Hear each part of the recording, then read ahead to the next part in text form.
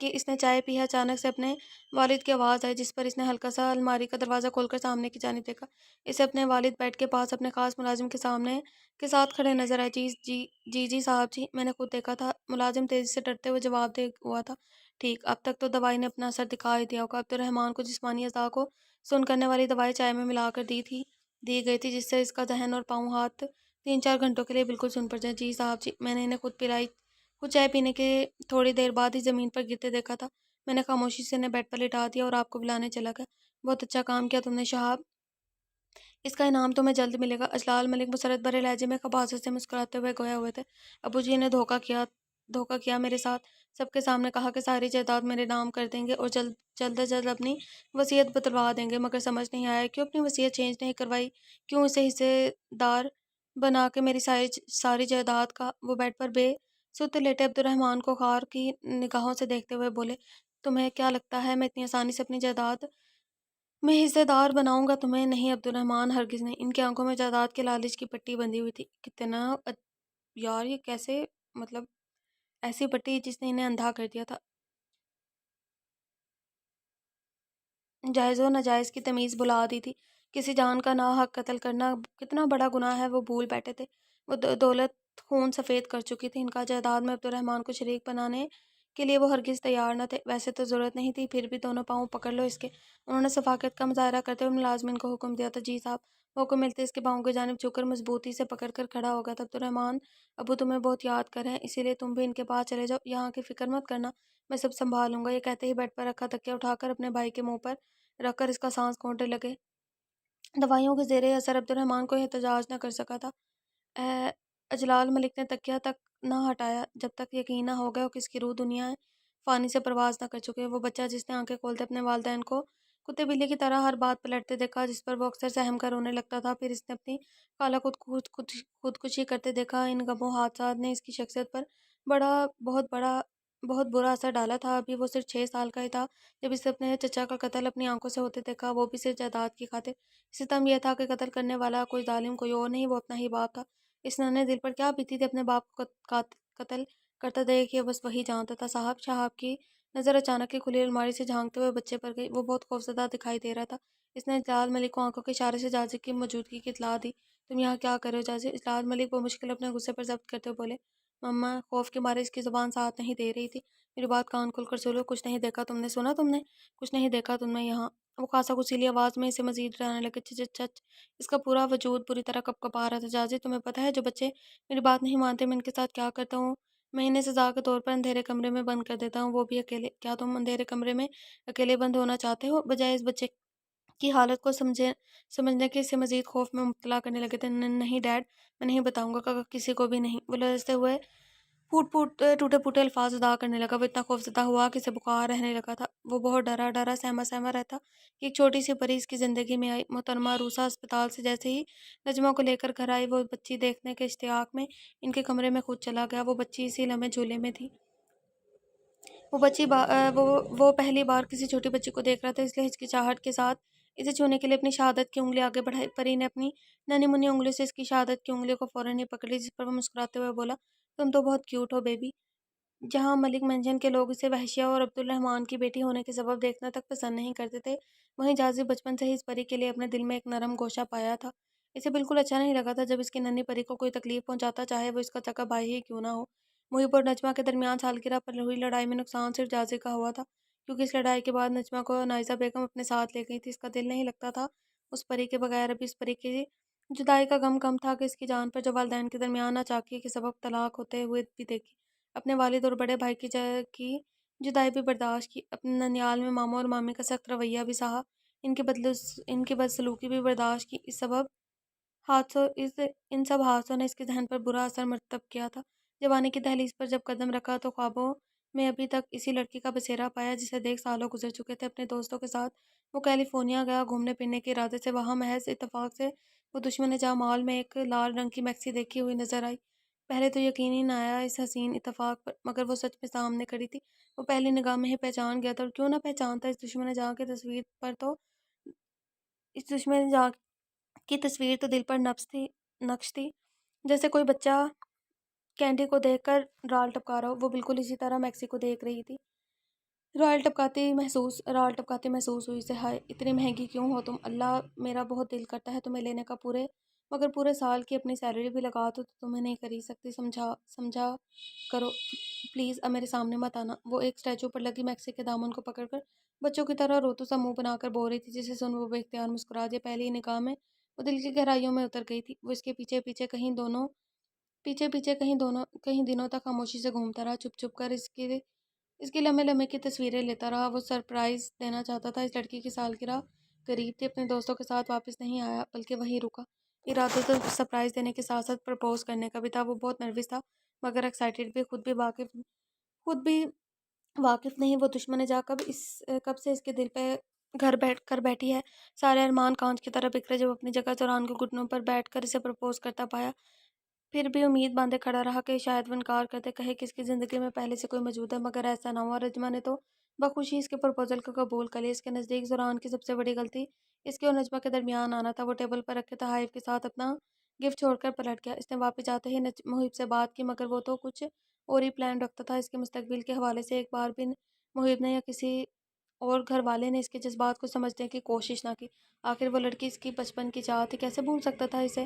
باقی تو تب ہوا جب گھر والوں کو محب اور نجمہ کی شادی کی پلاننگ بناتے دیکھا۔ محب کو ڈائریکٹ نقصان پہنچانے کی تو ہمت نہ تھی، اس لیے زوران کو مار کر اس کے قتل کے کیس میں محب کو جیل میں ڈلوانا چاہتا تھا۔ اس طرح نجمہ اور محب کی شادی بھی رک جاتی اور زوران نامی کانٹا بھی اس کی زندگی سے ہمیشہ کے لیے نکل جاتا۔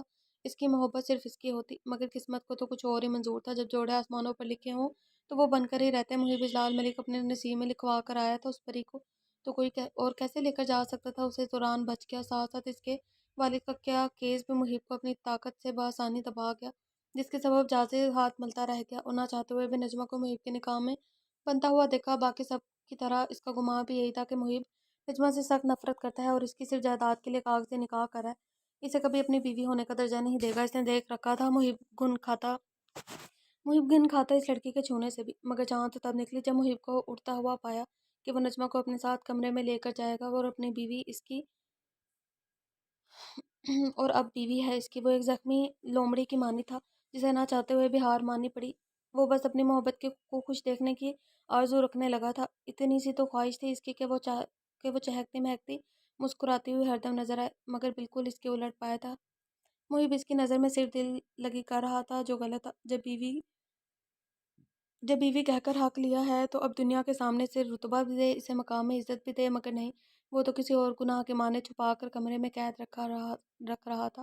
وہ پھر بھی برداشت کر لیتا، مگر اس لمحے سارے برداشت کی حد پار ہو گئی جب اسے سیڑھیوں سے نیچے گرتا ہوا دیکھا۔ اس کے خون میں لت پت سراپے کو اپنی باہوں میں بھرا وہ حد تھی جازب اجلال ملک کی، وہی جانتا تھا کہ کیسے جان سولی پر اٹکی تھی۔ لگتا تھا جیسے روح فنا ہو جائے گی۔ اس لڑکی کو کچھ ہو گیا تو قدرت محب نے اسی لمحے اور بڑی جب اسے لاپرواہی سے ہاسپٹل واپس جاتے دیکھا۔ وہ پریگننٹ تھی، اس کے باوجود اسے بیوی ہونے کا حق نہ دیا بلکہ الٹا اسے کمرے میں قیدی بنا کر رکھا۔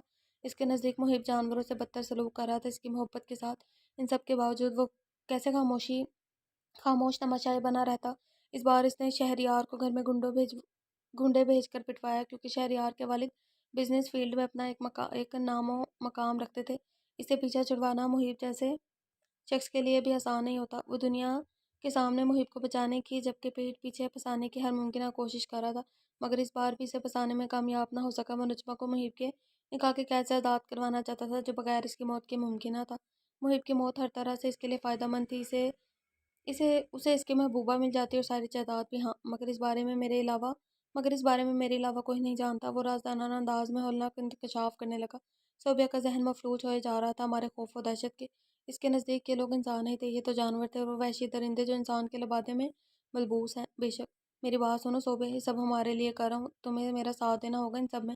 وہ اس کی ریشمی زلفوں میں اپنی انگلیاں الجھاتے ہوئے محبت سے چور لہجے میں بولا، اور اگر نہ دوں تو؟ بڑی مشکل سے اپنے لرزتے اور کپکپاتے وجود میں ہمت جمع کر کے سوالیہ انداز میں پوچھنے لگی تھی، تو میں تمہیں طلاق دے دوں گا۔ اس ظالم نے غمگین لہجے میں سنجیدگی کے ساتھ جواب دیا تھا۔ اس کا جواب سن وہ بیچاری تو مانو پتھر کی بن گئی تھی، یقین ہی نہ آیا۔ وہ خبیث شخص تو ظلمیت کی انتہا پر تھا۔ کتنی آسانی سے کہہ دیا طلاق دے دے گا، کیسے کوئی گڈا گڈی کا کھیل ہو۔ ریلیکس، مذاق کرو، مجھے پتا ہے تم مجھ سے محبت کرتی ہو۔ تم کیوں محب بھائی جیسے شخص کے لیے اپنے ہسبینڈ کو جیل ڈلوانے لگی؟ اسے صوبیہ کے چہرے کے اڑے ہوئے رنگ دیکھ لیے تھے جسے خوفزدہ کرنا چاہتا تھا، جس میں وہ کامیاب ہو چکا تھا۔ مانا اگلے ہی لمحے وہ مسکرا دیا، مگر وہ لڑکی بے وقوف نہیں تھی، وہ اس کا مذاق میں چھپی وارننگ کو سمجھ چکی تھی۔ نج کہاں ہے؟ وہ جیسے ہی دوائیوں کے زیر اثر سے باہر آیا، سب سے پہلے اپنی بیوی کے متعلق استفسار کیا۔ شکر ہے خدا کا محب تمہیں ہوش آ گیا۔ الوشا جو برابر میں ہی کرسی پر بیٹھی ہوئی تھی، خوشی سے اچھل کر اس کے سینے سے لگی۔ وہ اپنی خوشی میں اتنا سرشار تھی کہ محب کے کیے جانے والے سوال کو ٹھیک سے سنا ہی نہیں تھا۔ الوشا اکیلی تھی اس کے کمرے میں، فوراً ڈاکٹر کو بلانے کے لیے باہر کی جانی پڑی، جبکہ اس خوبرو نوجوان کی نگاہیں اپنی حسین دلربا کو تلاش کر رہی تھی۔ محب کی یادوں میں تھا کہ وہ آئی تھی ملنے، مگر دھندلا دھندلا تھا، وہ سمجھ نہیں پا رہا تھا وہ خواب تھا یا حقیقت۔ صوبیہ نج کہاں ہے؟ بڑے بڑے بزنس مین، سیاستدان، ایکٹرز، ایکٹریس، رشتہ داروں، عزیز و اقارب، دوست اب عیادت کی نیت سے اسے ملنے آ رہے تھے۔ حال تو یہ تھا کہ اس کا روم پھولوں کے گلدستوں سے بھر چکا تھا۔ الوشا اس کی منگیتر کی حیثیت سے آنے والے مہمانوں کو ویلکم کر رہی تھی۔ وہ تھک چکا تھا لوگوں سے ملتے ملتے۔ جب سے ہوش آیا تھا وہ دشمن جہاں نظر نہیں آ رہی تھی۔ جیسے ہی صوبیہ کمرے میں داخل ہوئی، محب نے تیزی سے استفسار کیا تھا۔ وہ ابھی جواب دیتی سے قبل ہی دروازہ کھلا تھا۔ دونوں نے ایک ساتھ دروازے کی جانب دیکھا۔ بہت جلدی نہیں آ گئی تم؟ اس حسین دلربا کو دیکھتے ہوئے وہ خوبی سے بولا تھا۔ وہ سوپ بنا رہی تھی، اسی لیے دیر ہو گئی آنے میں، وہ لچکدار انداز میں جواب دیتے ہوئے اس کی جانب آئی تھی۔ تم نے بنایا ہے میرے لیے؟ وہ ہر بار نجمہ کو شوق میں ڈالتا تھا، آج اس کی باری تھی۔ شوق میں مبتلا ہونے کی بے یقینی کے عالم میں اس کے حسین سراپے کو تکتے ہوئے استفسار کرنے لگا تھا۔ ہاں، کیوں نہیں بنانا چاہیے تھا؟ وہ تیز سے ابرو جھکا کر چھوٹی آنکھیں کرتے ہوئے پوچھنے لگی تھی۔ اسے لگا وہ بغیر پیے ہی ریجیکٹ کر رہا ہے، جیسے کہ دل کو ڈر لاحق تھا۔ یہ تو محبت تھی جو اس کے ہوش میں آنے کی خبر سنتے ہی کچن میں گھس گئی تاکہ اس کے لیے کچھ اچھا سا بنا کر لے کر جائے، وہ اس کے کمزور جسم کو ریکوری میں مدد کرے۔ چاہتی تو نیوٹریشن سے بنوا لیتی، مگر دل نہ مانا، اسی لیے خود بنا لی۔ وہ کیوں نہیں بنانا چاہتا تھا اور کیوں نہیں بنانا چاہیے تھا، جواب دینے کی بجائے الٹا ہی سے تجسس سے پوچھنے لگی تھی۔ یہ تو تم بتاؤ گے نا؟ وہ سنجیدگی سے بولی۔ کیا بولے جا رہے ہو تم دونوں؟ مجھے تو کچھ سمجھ نہیں آ رہا۔ الوشا اپنا سر پکڑ کر جھنجھلا کر کہتی، میدان میں کود پڑے، فی الحال چھوڑو، لاؤنج میں لاؤ نج، مجھے تو میں پلاتی ہوں محب کو۔ وہ کہہ کر تیزی سے نجمہ سے سوپ لینے کے لیے آگے بڑھی۔ نہیں، اس اسپار سے لہجے میں بغیر کسی لچک کے الوشا کے منہ پر انکار کیا تھا۔ بھلا وہ لڑکی پاگل تھی جو اپنے شوہر کو خود تھالی میں سجا کر پیش کرتی؟ جب تک قدر نہ تھی تب بات اور تھی، اب تو اس ستمگر میں جان بستی تھی۔ اس کا یوں انکار ان تینوں کو حیرت کے غوطے کھلا گیا تھا۔ میرا مطلب کہ اٹس اوکے، میں پلا دوں گی۔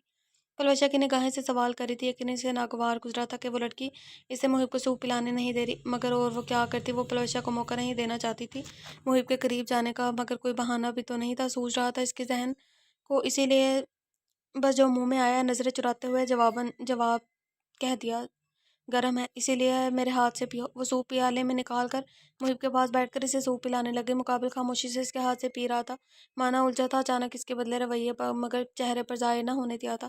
رات میں محب کے ساتھ صرف ایک بندہ ہی رک سکتا ہے نج، تم صوبیہ بھابی کے ساتھ چلی جاؤ، میں ہوں محب کے ساتھ۔ وہ آنکھیں موندے لیٹا ہوا تھا، مگر کمرے میں ہونے والی باتیں اس کے کانوں تک رسائی حاصل کر رہی تھی۔ الوشا کے کہتے ہی نجمہ کا منہ اتر گیا تھا۔ نہیں، میں سوچ رہا ہوں میں محب کے ساتھ رک جاتی ہوں، تم صبح سے یہی ہو، تھک گئی ہوگی، تھوڑا گھر جا کر آرام کر لو۔ وہ بلا کیسے اپنے ہسبینڈ کو ایک غیر محرم کے ساتھ چھوڑ جاتی؟ شادی ہونے والی تھی، ہوئی نہیں تھی ابھی، وقت تو حالات کب بدل جائیں، کسے خبر؟ اپنی جانب سے وہ اب جان لگانے کی ٹھان رہی تھی، فوراً ہی مگر فکر مند لہجے میں کہہ کر صوبیہ کو اشارے سے بات پر زور ڈالنے کو کہا تھا۔ ہاں نج بالکل ٹھیک کہہ رہی، صوبیہ تیزی سے تاکید میں بولی، جسے فورس کرنے لگی۔ نہیں یار، میں نہیں جا سکتی، میں منگیتر ہوں محب کی، میں یہاں رکوں گی تو محب کمفرٹیبل فیل کرے گا۔ الوشا بھی اسے اڑتی ہوئی معلوم ہوئی تھی، وہ بھی محب کو چھوڑ کر جانے کے لیے تیار نہ تھی۔ خاصت جتاتے ہوئے نجمہ کو اپنے منگیتر ہونے کا احساس دلانے لگی، جس پر نجمہ کے تن بدن میں آگ لگی، مگر اس کے باوجود چہرے پر آثار نظر نہیں آئے۔ تو کیا ہوا؟ فکر مت کرو، تمہارے منگیتر کو کھا نہیں جاؤں گی میں، وہ خاصا مضحکہ خیز انداز میں بول کر ہنسنے لگی۔ کیا ہو گیا ہے الوشا؟ رات کی تو بات ہے، بس چلو اب، صوبیہ دانستہ طور پر لاپرواہی سے کہتے ہوئے اس کا ہاتھ پکڑ کر باہر لے کر جانے لگی، جس پر الوشا نہ چاہتے ہوئے بھی صوبیہ کے ساتھ جانے پر مجبور ہوگی۔ الوشا کے جاتے ہی نجمہ نے سوکھا سانس لیا، پھر مسکراتے ہوئے فاتحانہ انداز میں محب کے بیڈ پر کے پاس آ گئی۔ اس کی نظر میں وہ ستمگر سو رہا تھا، بڑے مزے سے بالکل اس کے لگ کر لیٹ گئی، اپنا سر اس کے کشادہ سینے پر ٹکا کر آنکھیں پرسکون انداز میں بند کر لی۔ وہ خود سے قریب آئی تھی، یہ شوق کافی تھا محب کے لیے، سنگل بیڈ چھوٹا پڑ رہا تھا دونوں بندوں کے لیے، وہ دلربا گر نہ جائے، اسی لیے اس خوبرو نوجوان نے فوری کروٹ لی اور اپنا ہاتھ اس کے نازک وجود کے گرد حائل کر کے حصار میں باندھ لیا۔ محب کے اچانک کمل پر وہ سٹ پٹا کر اٹھنے لگے، مگر اگلے لمحے سے احساس ہوا کہ ستمگر کا حصار ہلنے تک کی اجازت نہیں دے رہا تھا، کوئی آ جائے گا تو، وہ گھبرا کر بولی۔ وہ تو صرف چند منٹوں کے لیے اس کے پاس لیٹنے آئی تھی، کہاں خبر تھی کہ وہ حصار میں باندھ کر بیٹھ جائے گا۔ تو آنے دو، تمہارا کام آسان ہی ہوگا۔ معفومانہ انداز میں اس کے جواب دیا تھا۔ نجمہ کو وہ بالکل درست لگا تھا، مگر ساتھ ساتھ ذہن میں منفی جانب بھی کام کیا تھا۔ کیا ہوا اگر کوئی آ گیا تو اور محب اس کا ساتھ نہ دے تو؟ وہ دعویٰ کرے بیوی ہونے کا مگر ستمگر مکر جائے تو؟ توبہ، دیکھنا کیسے سوچ رہی ہے۔ پھر آپ لوگ کہتے ہو کہ اس کو بھی سمجھو، آپ یہ کرو وہ کرو، تو اس کو دیکھو تو صحیح یار۔ اپنی پازیٹیو، ہمیشہ انسان کو پازیٹیو رہنا چاہیے۔ لوگ تو یہی سمجھے کہ وہ گندی لڑکی ہے، طوائف کی طرح دل دبانے کی کوشش کری اپنے امیر کزن کا۔ آخر کون یقین کرے گا اس کی بات پر، اس کے دعوے کا کہ وہ بیوی ہے، شریک حیات ہے، شریک سفر ہے۔ ملک خاندان سے تو اسے کسی بھلائی کی امید نہیں تھی، اور اس ستمگر سے تو بدرجہ اولی۔ اسے اچھی طرح یاد تھا جلال ملک کا اس کے سر پر گن تاننا۔ تو تم تو یہی چاہتے ہو نا کہ میں بدنام ہو جاؤں؟ وہ ابتیتا لہجے میں ہلکا سا سر اونچا کر کے اس کی نیلی آنکھوں میں جھانکتے ہوئے بولی، بے وقوف لڑکی، کسی بھی غیرت مرد کو اپنی بیوی اپنی عزت جان سے زیادہ پیاری ہوتی ہے۔ تم بیوی ہو میری عزت، محب جلال ملک کی عزت۔ وہ بھی غمگین لہجے میں جذبات کی صداقت کے ساتھ اس کی گال پر نرمی سے اپنا ہاتھ رکھ کر بول ہی رہا تھا کہ مقابل بیچ میں بیچ میں بات کاٹتے ہوئے بولی، تو کیا میں بھی تمہیں جان سے زیادہ عزیز ہوں؟ اس نے پر امید آنکھوں سے تکتے ہوئے استفسار کیا۔ تمہیں کیا لگتا ہے؟ سوال الٹا دیا۔ اس کی سمندر جیسی نیلی آنکھیں متلاشی تھی۔ وہ بھی جاننا چاہتا تھا مقابل کتنا سمجھتی ہے اسے، کتنا سمجھ سکی ہے اسے، سمجھا ہے یا نہیں مجھے نہیں پتا۔ وہ لڑکی نہیں سمجھ پاتی اسے، نہیں جان پاتی کیا مقام رکھتی ہے اس کے دل میں، مقام رکھتی بھی ہے یا نہیں، اور اگر رکھتی ہے تو پھر اتنی اذیتیں کیوں دے رہا ہے؟ کیوں دونوں کے درمیان کسی تیسرے کو لانے پر تل رہا ہے؟ کیوں پیچھے ہٹنے کے لیے تیار نہیں؟ اپنے فیصلے سے نہایت معصومیت سے کہہ دیا کہ علم نہیں۔ سچ بھی یہی تھا کہ الجھی ہوئی تھی وہ۔ تو پتہ کرو۔ اس ستمگر کی آنکھوں میں بلا کا جادو تھا، جسے کوئی ہزار باندھ دیا ہو اپنے ارد گرد۔ اس کی رومانی آنکھوں کے سوا کچھ نظر نہیں آ رہا تھا۔ ایسا لگا سوائے اس کے دنیا میں کچھ ہے ہی نہیں۔ ویسی بس وہی منزل ہے، وہی کامیابی۔ نہایت دھیمے لہجے میں کہتے اس کی روشن پیشانی کو چوما۔ مجھے چھوڑو، میں نیچے اتروں گی تاکہ تم آرام سے سو سکو۔ اس خوبرو نوجوان کی آنکھیں مقناطیسی طاقت کی طرح اپنی جانب کھینچ رہی تھی۔ وہ بس محور ہو کر اسے ٹکٹکی باندھے دیکھنے لگی۔ کچھ لمحوں بعد احساس ہوا کہ اسے آرام کی ضرورت ہے، اور بیڈ دونوں بندوں کے لیے چھوٹا ہے۔ اگر وہ موجود حالت میں اس کے ساتھ لیٹی رہتی تو یقیناً وہ تکلیف میں مبتلا ہو جائے گا، اس لیے آہستگی سے کہا، ایسے ہی رہو، اس سے زیادہ آرام کی چاہ نہیں ہے مجھے۔ وہ گہری بولتی نظروں سے کہتے اس کے گالوں کو نرمی سے چوم کر مزید اس حسین دلربا کے وجود کے گرد اپنے حصار کو تنگ کرنے لگا۔ وہ سادگی سے بہت گہری بات کر گیا تھا، مگر اس نادان لڑکی کو سمجھ ہی نہ آئی۔ غلطی اس کی نہیں، ہر چیز سمجھنے کے لیے عمر و تجربے کی ضرورت پڑتی ہے، اور وہ حسین دلربا ابھی کم سن عمر تھی۔ جب اس ستمگر نے کہہ دیا کہ عزت ہے اس کی، پھر فکر کا تو سوال ہی نہیں پیدا ہوتا۔ وہ آنکھیں پرسکون انداز میں بند کر کے اس کے دل کی مدھم مدھم چلتے دھڑکنیں سننے لگی۔ کچھ لمحے اتنے حسین ہوتے ہیں کہ دل چاہتا ہے وہ کبھی ختم ہی نہ ہو، جیسا کہ یہ موجود لمحہ تھا اس کے لیے۔ پلوشہ اور صوبیہ گھر پہنچے تو سارے گھروں کے بڑے کے ڈائننگ روم میں محفل جمائے پایا۔ موضوع گفتگو پلوشہ محب کی شادی تھی۔ محترمہ نجمہ بے بسی کی انتہا پر تھی۔ کو چھوتی وہاں سب کے نجمہ نہیں، محترمہ عروسہ تھی نا شاید، ہاں، سب کے درمیان خاموش بیٹھ کر اپنی بیٹی کے سہاگ کا دوسرا صحرا سجانے کی گفتگو سن رہی تھی۔ پلوشہ کے والد جلال ملک سے پوچھ رہے تھے کہ اب آگے کیا کرنے کا ارادہ ہے۔ جلال ملک محب کے مکمل طور پر ٹھیک ہونے کا انتظار کرنے کی سوچ رہے تھے۔ ابھی وہ بولتے سے قبل ہی مبشرہ بیگم تیز سے بولی، بھائی صاحب، اللہ کے کرم سے محب اب ٹھیک ہے، میں شادی کی تاریخ مزید آگے بڑھانا نہیں چاہتی، پہلے ہی دوبارہ پوسٹ پون ہو چکی ہے۔ نہ جانے کس کس کی نگاہ بد لگی ہوئی ہے اس رشتے پر، تبھی ایک کے بعد ایک مشکل آئی جا رہی ہے، مگر اب نہیں۔ اب میں محب کی بارات لے کر 5 جنوری کو اسلام آباد پہنچ جاؤں گا، آپ فکر نہ کریں۔ انہوں نے دانستہ طور پر طنز کے تین محترمہ عروسہ، ہاں عروسہ ہی تھی، عروسہ پر چلائے۔ ساتھ ساتھ نہایت مطمئن انداز میں گویا ہوئی تھی۔ جہاں ان کا طنز لہجہ محترمہ عروسہ کے سینے میں آگ بھڑکا گیا تھا، وہیں ان کا یوں اکڑ کر مطمئن انداز میں 5 جنوری کی بارات لے جانے کا اعلان اس بے بس ماں کے دل کو زخمی کرنے کے لیے کافی تھا۔ چاہے مظلوم منہ سے بددعا نہ دے، مگر دل سے اذیت کے سبب جو آہ نکلتی ہے وہ ڈائریکٹ عرش پر جاتی ہے۔ بے شک میرا خدا دلوں کے حال جانتا ہے۔ کوئی کیسے ظلم کرتے وقت یہ سوچ سکتا ہے کہ اس کا بدل نہیں؟ یہ لوگ ہیں جو ظلم کرنے کے بعد بھول جاتے ہیں وہ خدا ہے، وہ سب یاد رکھنے والے ہیں۔ مگر آنٹی، مجھے نہیں لگتا ڈاکٹر محب کو ٹریول کرنے کی اجازت دیں گے، پلوشہ فکر مند لہجے میں بولی۔ ہاں، پلوشہ ٹھیک کہہ رہی، اس کی والدہ تاکید میں بولی تھی۔ تو اس میں کیا پریشانی ہے؟ آپ لوگ ہمارے مہمان بن جائیں، اس سے محب کو ٹریول نہیں کرنا پڑے گا۔ بھائی مجبوری ہے، ورنہ ہم کبھی آپ سے ایسا نہ کہتے۔ صوبیہ خاموشی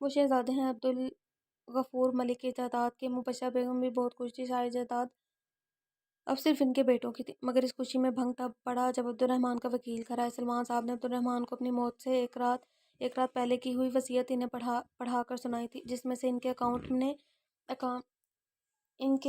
نے اپنی ساری جائیداد اپنے ہونے والی اولاد کے نام کر دی تھی، جو اس وقت اس کی بیوہ کو ٹرانسفر ہو چکی تھی، اور جیسے اس کی اولاد پیدا ہوگی اسے ٹرانسفر ہو جائے گی، مگر جب تک وہ 19 سال کی نہیں ہو جاتی نہ وہ جائیداد بیچ سکتی ہے اور نہ کسی کے نام ٹرانسفر کر سکتی ہے۔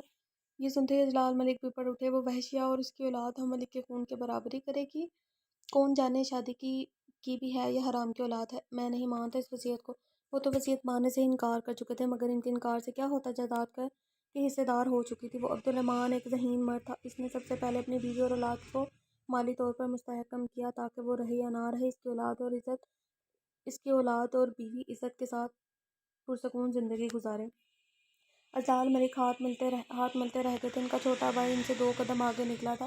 جو بات والدین ذہن میں بٹھائے وہ بھی کچی عمر میں وہ بات بچے کے ذہن میں نقش ہو جاتی ہے، پھر وہ اس بات کو صحیح غلط کے ترازو میں نہیں تولتا۔ ایسا ہی کچھ ان کے ساتھ ہوا تھا، اس کے ذہن میں یہ بات بیٹھ گئی تھی کہ ساری جائیداد اس کی اور اس کے چھوٹے بھائی کی ہے، ملک برادری کے شہزادوں کی، اس کے اصل خون کی جس میں کوئی ملاوٹ نہیں، وہ دشمن کیوں کر نہ ہوتی، وہ حصے دار بنی تھی، جائیداد کی حصے دار، ہر اس چیز کی حصے دار جس پر محب جلال ملک کے نزدیک صرف اسی کا اور اس کے بھائی کا حق تھا۔ وہ انسان کے بھیس میں ایک درندے صفت مرد کی بیٹی تھی، اوپر سے ماں وحشیہ، ایک ناچنے والی کی اولاد، اور وہ تو برابری کے قابل بھی نہ تھی۔ اس کی نظر میں جیسے قسمت نے اسے حصے داری میں زیادتی نصیب کر دی تھی۔ وہ جلتا تھا اس سے کہ اس کے نصیب سے، جب اسے دیکھتا اپنی خالہ کے ساتھ وہ حادثہ یاد آنے لگتا تھا جس کے سبب نفرت اور بڑھ جاتی۔ حالت تو یہ تھی کہ اسے خود کو چھونے کے قابل نہیں سمجھتا تھا، گندا خون تھی وہ اس کی نظر میں۔ یہ نکاح صرف اس لڑکی کی جائیداد کو حاصل کرنے کے لیے کیا تھا اس نے، مگر کچھ وعدوں نے مارا اور کچھ ظالم حسینہ نے پہلی ہی رات میں چاروں چانے چت کر دیا اسے۔ وہ نہیں جانتی اس کے وجود کی مہک کی طلب اسے آفس سے کھینچ کر گھر لے کر آتی تھی، اسے پہلے ہی رات کے بعد اعتراف کرنے پر مجبور کر گئی تھی کہ جتنا سوچا تھا مقابل اتنی بری نہیں۔ وقت و حالات ایسے پلٹیں گے، یہ کب سوچا تھا اس نے کہ ساری جائیداد وہ بغیر کچھ کہے، بغیر لڑے، بغیر کسی اعتراض کے، بغیر کسی سوال کے، بغیر کسی احتجاج کے از خود ہی نام کر جائے گی۔ وہ صرف اس لڑکی کو ایک دستخط نہیں تھا، وہ تو محب کی پوری زندگی کا حاصل تھا، مگر کیوں آج پوری زندگی کا حاصل بیکار و عبث و بے معنی معلوم ہو رہا تھا۔ وہ کیا کرتا اتنی جائیداد کا جس میں سے اسے اس دلربا کی مہک ہی نہ آتی ہو۔ حال تو یہ تھا اب کس کے حاصل کو پا کر اور وہ زیادہ رنج میں مبتلا ہو گیا تھا۔ کب سوچا تھا کہ دشمنی جہاں ایک دن اس موڑ پر پہنچائے گی کہ اپنی جانی دشمن سے ہی محبت ہو جائے گی۔ دل اتنا پہلے کبھی نہ تڑپا جتنا اس لمحے ایک دستخط کو دیکھ کر تڑپا تھا۔ وہ لڑکی تو منہ پر مار کر ساری جائیداد چلی گئی تھی، گویا جاؤ محب جلال ملک، نجمہ بنت عبدالملک نے تمہیں اپنی ساری جائیداد بھیک میں دے دی۔ ماضی صوبیہ بھابی آپ اندر رہیں کیا؟ نجمہ اپنے آنسو صاف کرتے ہوئے سیدھا صوبیہ کے کمرے میں آئی تھی۔ کیا ہوا، تم رو کیوں رہی ہو؟ چاہے کتنا ہی صاف کر لے آنکھوں سے آنسو آنا بند نہیں ہو رہے تھے۔ آخر دل ٹوٹا تھا اس کا، وہ بھی دوسری بار۔ پہلے زورآ نے بے دردی سے توڑا اور اب محب کے دھوکے نے تو اس ننھے دل کی کرچھی ہی کر ڈالا تھا۔ صوبیہ سے روتا دیکھ فکرمند لہجے میں پوچھنے لگی تھی، بھابی محب دھوکہ دے رہے، مجھے اس نے ساری جائیداد کے لیے شادی کی ہے، مجھے اس کے سینے سے لگ کر بلک کر روتے اپنے ساتھ ہونے والے ظلم کی داستان سنانے لگی جسے صوبیہ پہلے ہی واقف تھی۔ نجمہ جانتی تھی اس کی شرمندگی سے کہتے نجمہ شاٹ کے مارے سینے سے ہٹ کر اس کا چہرہ تکنے لگی۔ آپ جانتی تھی پھر بھی آپ اس کے قریب دھکیلتی رہیں، یہ ہے آپ کی دوستی؟ میں نے آپ کو اپنا دوست مانا تھا، آپ نے بھی مجھے دھوکہ دیا۔ وہ تیزی سے اس کے وجود سے دور ہٹتی غم و غصے کی ملی جلی کیفیت سے دوچار حالت پہ بولی تھی، ہاں کیونکہ میں تمہاری شادی بچانا چاہتی تھی۔ وہ فوراً ہی دفاع میں اپنا موقف بیان کرنے لگی، کون سی شادی، سب دھوکہ ہے، یہ سب دھوکہ۔ وہ پھوٹ کر روتے ہوئے گویا ہوئی تھی، مانا تم ٹھیک کہہ رہی ہو، مگر میری نیت اچھی تھی، میں نے سوچا تھا کہ شاید محب بھائی کو تم سے محبت ہو جائے اور وہ بھی دوسری شادی کا ارادہ ترک کر دے۔ یقین جانو میں نے کبھی تمہارا برا نہیں چاہا، ہمیشہ اچھے کی خواہش کیا ہے۔ محب جلال ملک اور مجھ سے محبت، یہ کہتے ہی وہ خوب زور سے ہنسنے لگی۔ ایک دو لمحوں کے بعد ہی وہ ہنسی رونے میں بدل گئی، وہ زمین پر گر کر بچوں کی طرح بلک کر رونے لگی۔ صوبے سے شکوہ کیسے کرے، وہ خود بھی تو دھوکہ کھا چکی تھی، محبت میں گرفتار ہو چکی تھی، دل ہی دل اس کے دھوکے بازی سے اعتراف محبت کر چکی تھی۔ سوری، سب میری غلطی ہے، تمہیں بتا دینا چاہیے تھا۔ صوبیہ تو خود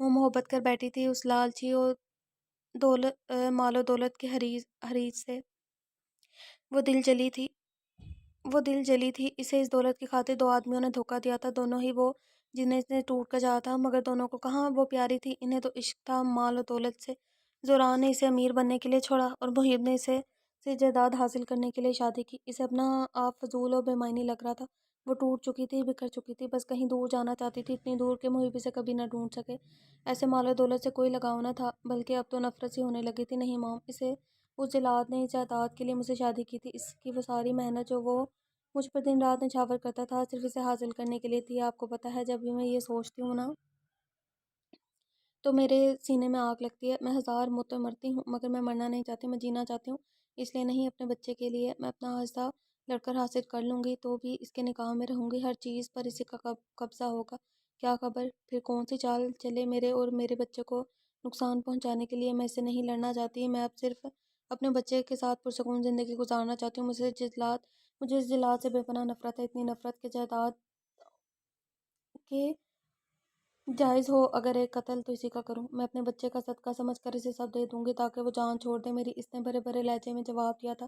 وہ رونا نہیں چاہتی تھی مگر دل شدت اذیت میں تھا، تو آنسو کہاں رکتے تھے۔ وہ یہی حال اس کا تھا، آنسو پر اس دل جلی کا بس نہیں چل رہا تھا۔ وہ آخری بار محب کے کمرے میں گئی۔ یہ لو محب اسلام ملک، سب تمہارے سوائے میرے۔ اس نے دستخط کرنے سے قبل ایک بار بھی نہ سوچا۔ سائن کرنے کے بعد اداسی سی مسکراہٹ اور تصور کرنے لگی کتنا خوش ہوگا وہ جب وہ یہ سائن شدہ ڈاکومنٹس دیکھے گا۔ یقیناً اس کے پاؤں خوشی سے زمین پر نہیں ٹکیں گے۔ اسے یقین تھا کہ جائیداد حاصل ہو جانے کے بعد وہ کبھی اس کے پیچھے نہیں آئے گا، یہاں تک کہ یہ جاننے کی کوشش بھی نہیں کرے گا زندہ ہے یا مر گئی۔ پلوشا کے ساتھ ہنسی خوشی اپنی نئی زندگی کا آغاز کر لے گا۔ دل جل کر خاکستر ہو جا رہا تھا مگر وہ مزید ان اذیتوں میں نہیں رہنا چاہتی تھی۔ وہ آزادی کی طالب تھی۔ وہ کیوں اپنا خون جلائے شخص کے لیے جس کے نزدیک اس کی کوئی اہمیت نہیں تھی۔ ایک بار اس ہر جائے کے کمرے کو حسرت بھری نظروں سے دیکھا۔ اچانک اس کے ذہن میں وہ سین آیا جب اس کے سر میں شدید درد تھا اور محب نے اس کا سر دبا دیا تھا۔ سب فراڈ تھا۔ وہ دل جلی اپنے آنسو صاف کرتے ہوئے کرنے لگی تھی، مگر وہاں ایک لمحہ بھی نہ رکی کیونکہ ہر خوبصورت یاد فریب کے علاوہ اور کچھ نہ تھی اس منظر میں۔ اس کی گاڑی کو راستے میں کچھ گارڈز کی وردی پہنے لڑکوں نے روکا۔ ڈرائیور نے ڈرتے ہوئے اپنے سیل کو جیب سے نکالنا چاہا مگر وہ نکال پاتا اس سے قبل ان گارڈز میں سے ایک نے آگے بڑھ کر ڈرائیور کو سائیڈ کا شیشہ توڑ کر گن اس کے سر پر لگا کر گریباں سے پکڑ کر باہر نکالا۔ شیشہ ٹوٹنے کی آواز پر گاڑی میں موجود نجمہ اور اس کی والدہ نے خود کو بچانے کی نیت سے اپنا سر جھکا لیا۔ وہ دونوں اس اچانک حملے پر بہت ڈر گئی تھی۔ اس ڈرائیور کو فوری ہی بے ہوشی کی دوا سکھا گئی جس کے سبب اگلے ہی لمحے وہ روڈ پر بے ہوش پڑا تھا۔ ڈرو مت، باہر نکلو جلدی۔ ڈرائیور کے بے ہوش ہو جانے پر صوبیہ تیزی سے گاڑی کے پاس آ کر نجمہ کی سائیڈ کا شیشہ اپنی شہادت کی انگلی سے نوک کرتے ہوئے بولی، بھابی، ڈرائیور انکل کو چوٹ آئی ہے۔ نجمہ گاڑی سے اتر کر ڈرائیور کو بے ہوش پڑا دیکھ فکر مند لہجے میں بولی، تم ان کی فکر مت کرو، میں ہاسپٹل پہنچا دوں گی انہیں، ابھی یہ پکڑو۔ اس نے نجمہ آنٹی کے سارے ڈاکومنٹس ہیں، میرے ڈیڈ تمہیں ترکی کے شہر استنبول بھجوا رہے ہیں، وہاں جا کر اپنی نئی زندگی شروع کرنا، اپنا سیلا آف کر دو اور یہ سم توڑ دینا، یاد رکھو بھی تو کبھی یوز مت کرنا، اوکے۔ صوبیہ کافی گھبرائی ہوئی معلوم ہو رہی تھی۔ جنوری کا مہینہ تھا، کراچی میں سرد ہواؤں کا راج تھا مگر اس کے باوجود اس کی پیشانی پر پسینہ چمک رہا تھا۔ وہ بہت ڈری ہوئی تھی لیکن اپنا گھر بسانے کے لیے اسے یہ قدم اٹھانا ہی تھا۔ پچھلے 2 گھنٹے سے میں بول رہی ہوں، میں تھک چکی ہوں، اس کو میں اینڈ کرتی ہوں۔ اس نے پھر بھی ابھی آپ یہ دیکھیں پورے 1000 پیجز پڑے ہیں۔ اس نے ایک نیلے رنگ کی فائل نجمہ کی جانب بڑھاتے ہوئے کہا، مگر اتنی جلدی سارے ڈاکومنٹ کیسے بن گئے موم کے؟ وہ الجھ کر بولی، ڈیئر، یہ پاکستان ہے، یہاں پیسے کے زور پر سب کام کروائے جا سکتے ہیں، مگر فکر مت کرو، یقین جانو تمہیں آگے جا کر کوئی مسئلہ نہیں ہوگا۔ وہ مطمئن انداز میں کہہ کر اسے اعتماد میں لینے لگی ہوں۔ نجمہ نے فقط اس بات میں سر ہلایا، محب کے گارڈز۔ نجمہ کو اچانک یاد ہے جس پر وہ ڈر کر ادھر ادھر دیکھنے لگی، میں نے کہا تم کسی چیز کی فکر مت کرو، سارا انتظام کرنے کے بعد ہی تمہیں بلایا ہے، ابھی انہیں بھی بے ہوش کر دیا ہے، جب تک انہیں ہوش آئے گا محب بھائی سے کانٹیکٹ کر لیں گے، تب تک تم بہت دور جا چکے ہو۔ صوبیہ بیٹا تمہارا احسان رہے گا ہم پر۔ محترمہ عروسہ احسان مند لہجے میں صوبیہ کے سر پہ شفقت سے ہاتھ رکھتے ہوئے گوئی جس پر وہ مسکراتے ہوئے گلے لگ گئی۔ چلو صوبیہ جلدی کرو، زیادہ ٹائم نہیں ہے ہمارے پاس۔ ابھی نجمہ اور صوبیہ گلے مل کر الوداعی کہہ رہی تھی کہ پیچھے سے ایک خوبرو نوجوان کی بھرمدار آواز نے انہیں اپنی جانب متوجہ کیا۔ نچ، یہ عدیل بھائی ہیں، میرے بڑے بھائی، تم پہلے بھی مل چکی ہوگی ان سے۔ صوبیہ گلے سے ہٹ کر اس لڑکے کا تعارف کروانے لگی تھی۔ ہاں، اسے یاد تھا وہ صوبیہ کی شادی پر ملی تھی عدیل سے، مگر صرف رسمی سلام دعا تک ہی محدود رہی۔ جلدی کرو، وہ روبدارانہ انداز میں کہہ کر پلٹ کر گاڑی کی جانب بڑھ گیا۔ نجمہ اور اس کی والدہ کو ایک سفید رنگ کی کار میں بٹھایا گیا، جبکہ عدیل بلیک رنگ کی پراڈو میں بیٹھا تھا۔ سیونگ بھائی، نجمہ کے پاس پیسے نہیں ہیں، بس تھوڑے بہت ہیں، اسے کوئی مشکل نہ ہے وہاں، اسی لیے جب اسے فلیٹ میں چھوڑیں گے تو میری طرف سے یہ لفافہ اسے تحائف دے دیجیے گا۔ میں بھی دوں گی تو شاید قبول نہ کرے۔ صوبیہ نے لچکدارانہ انداز میں کہتے لفافہ دل کی جانب پکڑایا، جسے اس نے بغیر کچھ کہے لے کر کوٹ کے اندرونی جیب میں رکھ لیا اور ڈرائیور کو گاڑی چلانے کا آرڈر دیا۔ انہوں نے آنکھوں سے گاڑی اوجھل ہو جانے پر وہ وہیں کھڑی رہی۔ کہیں نہ کہیں اس کا ضمیر اسے ملامت کر رہا تھا، جسے وہ سننا نہیں چاہتی تھی۔ اس کا ضمیر جھنجھوڑ کر کہہ رہا تھا اس نے اپنا گھر بچانے کے لیے نجمہ کو غلط فیصلے کی مدد کی ہے، یہ جانتے ہوئے بھی کہ وہ لڑکی ابھی کم عمر ہے۔ کم عمری میں لوگ اکثر جذباتی فیصلے کرتے ہیں، جس کے سبب بعد میں پچھتانا پڑتا ہے۔ اپنا جائز حق وہ جذباتی اور روک کے سبب محیب کے حوالے کر گئی تھی، جو کہ کسی صورت صحیح فیصلہ نہیں تھا۔ دوست ہونے کے ناطے سے سمجھانا چاہیے تھا اسے کہ اس طرح اپنا حق نہ چھوڑے، مگر اس نے ایسا نہ کیا۔ میم، آپ کو بھی جلد سے جلد یہاں سے نکلنا چاہیے، گارڈ نے پیچھے سے سر جھکا کر مہذب انداز میں کہا، جس پر وہ اس بات میں سر ہلا کر چلتے ہوئے آگے کی جانب بڑھی۔ اس نے کافی دور اپنی کار پارک کی تھی، وہاں سے اپنے پلان کے مطابق وہ اپنی سہیلی کے گھر چلی گئی، جس کا وہ کہہ کر گھر سے نکلی تھی۔ کہاں پہنچے؟ وہ اپنی سوچوں میں مگن تھا کہ سیل رنگ ہوا۔ اس نے کوٹ کی جیب سے سیل نکال کر اسکرین کی جانب دیکھا، کال اس کی والد کی تھی۔ جیسے ہی کال ریسیو کر کے سیل کان سے لگایا، دوسری جانب سے فکرمندانہ لہجے میں استفسار کیا گیا، بس ایئرپورٹ کے راستے میں ہے، ٹھیک ہے، جب پہنچ جاؤ تو کال کرنا۔ اوکے ابو جی، مگر میں ایک بات سوچ رہا ہوں، وہ گمگین لہجے میں اپنی تھوڑی مسلتے ہوئے گویا کیا وہ تجسس سے بولے تھے، ہم کیوں اتنا جوخم اٹھا رہے ہیں؟ اگر بعد میں جازب کو یہ لڑکی مل گئی تو یہ خود واپس آ گئی تو پھر ہماری اتنی محنت کا کیا فائدہ؟ صوبیہ کا گھر تو پھر خطرے میں آ جائے گا۔ اگر ایک مرد اس لڑکی کی خاطر اپنے سگے بھائی کو مارنے پر تلا ہے تو یقیناً وہ اتنی آسانی سے پیچھا نہیں چھوڑے گا اس کا۔ تو تم کیا سوچ رہے ہو؟ وہ لچ کر بولے تھے، یہی کہ دونوں ماں بیٹی کو مار دیتے ہیں، نہ رہے گا بانس نہ بچے گی بانسری۔ صوبیہ کو یہ بتائیں گے کہ ہم نے ان ماں بیٹی کو ان کے فلیٹ تک صحیح سلامت پہنچا دیا، جبکہ وہ وہاں پہنچتے ہی ان کا کام تمام کر دوں گا۔ اس نے خباثت سے اپنے دماغ میں چلنے والا خطرناک منصوبہ بتایا۔ جازی نے شاید محبت کرتے وقت یہ نہ سوچا تھا کہ ایک دن ان کی محبت ہی اس لڑکی کی زندگی کی سب سے بڑی دشمن بن جائے گی۔ دیکھ لو، محب اجلال ملک کی بیوی ہے یہ، کہیں بعد میں کوئی مشکل نہ پیش آئے، اور اسے فیصلے پر دوسری بار نظر ثانی کرنے کی دعوت دے رہے تھے۔ صوبیہ نے بتایا تو ہے کہ محب اجلال ملک نے صرف اس لڑکی سے جائیداد کے لیے شادی کیا ہے، اور وہ جائیداد اسے دے آئی ہے۔ اب وہ کیوں بھلا اسے ڈھونڈے گا؟ اب اگر اسے کوئی ڈھونڈے گا تو صرف جازے ہوگا، اور میں نہیں چاہتا صوبیہ کے سر پہ زندگی بھر نجمہ نام کی تلوار لٹکی رہے۔ عدیل نے کہتے ساتھ اس کے والد کے فیصلے پر رضامندی ظاہر کرنے لگا تھا۔ عدیل کی نگاہ اپنے برابر میں سوتی ہوئی لڑکی پر ٹکی تھی۔ کہتے ہیں نا، نیند تو کانٹوں پر بھی آ جاتی ہے۔ بہت دنوں سے سوئی نہیں تھی وہ، اس لیے فلیٹ میں بیٹھتی آنکھیں موند لی۔ کچھ دیر بعد ہی نیند نے اسے اپنے آغوش میں لے لیا تھا۔ جازے بلا وجہ پاگل نہیں ہے اس پہ، خوبصورتی تو کوٹ کوٹ کر بھری ہے، اس میں کیا برائی ہے؟ اگر کچھ وقت کے لیے اسے اپنے پاس رکھ لوں۔ وہ اس پر خباثت بھری نگاہیں ٹکائے آہستگی سے خود کلامی کر رہا تھا۔ محترمہ نجمہ کی سیٹ پیچھے تھی، وہ اپنے ذکر و اذکار میں مگن تھی۔ وہ زندگی میں پہلی بار ہوائی جہاز کا سفر کر رہی تھی، یہی سبب تھا کہ وہ تھوڑی خوفزدہ بھی معلوم ہو رہی تھی۔ کیا آپ تھوڑا ہلکے پڑھ لیں گی؟ مجھے سونے میں دقت آ رہی ہے۔ ان کے برابر میں بیٹھا گورا شخص منہ بسوڑ کر اس کی جانب دیکھتے ہوئے بولا تھا۔ معذرت، وہ خاصا شرمندہ ہو کر معذرت طلب کرنے لگی تھی۔ بہتر، وہ سنجیدگی سے کہہ کر واپس سیٹ سے ٹیک لگا کر آنکھیں موند کر سونے لگا تھا۔ کیا ہوا؟ ایروپلین کا کھانا کھاتے ہی اس کا جی متلی ہونے لگا تھا، جس پر وہ منہ پر ہاتھ رکھ کر الٹی آنے سے روکنے لگی۔ عدیل اس کی پریگننسی سے ناواقف تھا، اس لیے آبرو جھکا کر پوچھنے لگا۔ وہ بغیر جواب دیے تیزی سے اٹھ کر واش روم کی جانب بڑھی، اور اس کے پیچھے پیچھے اس کی والدہ۔ ٹھیک ہو؟ وہ واش روم سے باہر آئے تو محترمہ عروسہ فکرمند لہجے میں استفسار کرنے لگی تھی۔ جی، اب بہتر فیل کر رہی ہوں۔ وہ اپنے گیلے چہرے کو ٹیشو سے صاف کرتے ہوئے لاپرواہی سے بولی۔ الٹی کرنے کے سبب وہ کافی نڈھال سی ہو گئی تھی۔ واپس اپنی جگہ پر آ کر سیٹ سے ٹیک لگا کر آنکھیں موند کر بیٹھ گئی۔ تمہاری طبیعت ٹھیک ہے؟ عدیل نے اس کا مرجھایا ہوا چہرہ اور نڈھال وجود دیکھ کر ذرا فکرمند لہجے میں پوچھا۔ نہیں، اس نے آنکھیں بنا کھولے ہی جواب دیا۔ وہ بات کرنا چاہتا تھا، مگر مقابل بالکل بھی موڈ میں نہیں تھی۔ تمہیں کچھ کھانا ہے تو بتا دو، میں منگوا لیتا ہوں۔ نہیں شکریہ۔ اس بار بھی اس لڑکی نے آنکھیں کھولنے تک کی زحمت نہیں کی تھی، جس پر وہ خاصا جھنجھلا کر رخ موڑ کر بیٹھ گیا تھا۔ تو ہم اپنے ایپیسوڈ کو یہیں پر اینڈ کرتے ہیں، ملتے ہیں نیکسٹ ایپیسوڈ کے ساتھ، نیکسٹ پارٹ کے ساتھ۔ اپنی رائے کمنٹ سیشن میں ضرور دیجیے گا، اور اپنا بہت سارا خیال رکھیے گا۔ اللہ حافظ۔